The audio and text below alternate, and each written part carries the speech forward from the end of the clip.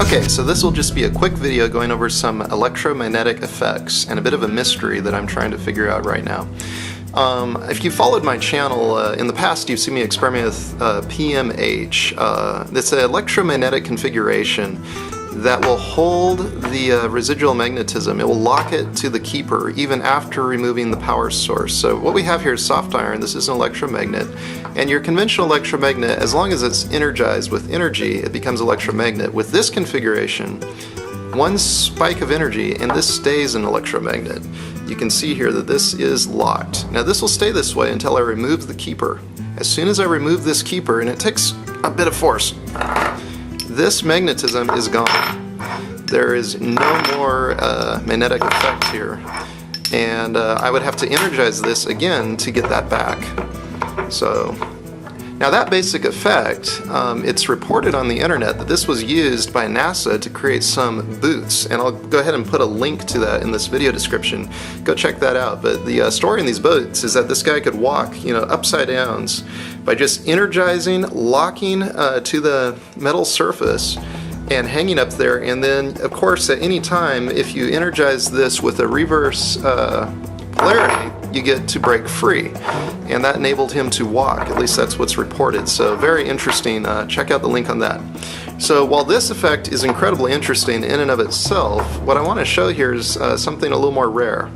A long time ago I saw a YouTube video where a guy had two coils, and he was experimenting with materials like just different transformer core materials, and I'll try to see if I can find a link to his video and put that on this video as well. But one of the things he showed is that with a material such as this, now I found this transformer core, it has no residual magnetism, so it's a great electromagnet as long as it's energized. The minute you remove the power, it breaks free. There's no residual magnetism at all with this particular core. Now, what this guy showed in his video is that if he shorted another coil, then he had residual magnetism. And the question is, why is that? I would like to find a clear answer on that. Leave comments if you have any ideas. Let me just show you the effect here. So, again, we have good magnetic latching until power is removed, just as you would expect. Now let me just explain the makeup of this coil. I've got one layer of 18 gauge wire top to bottom on the inside, and then I filled the coil with 30 gauge wire. So there's one low turn count coil here, and then a very high turn count with 30 gauge wire coil here. Now if I short this external coil like this, so it's completely shorted to itself, and energize it the same as before, we'll now get the magnetic latching effect. So you can see there that this is now holding its magnetism. Now it's very interesting to me, folks. That's a bit of a mystery to me. Obviously this coil is functioning in some way, I don't know if it's the inductance of the coil or what it is, to allow the magnetic latching effect.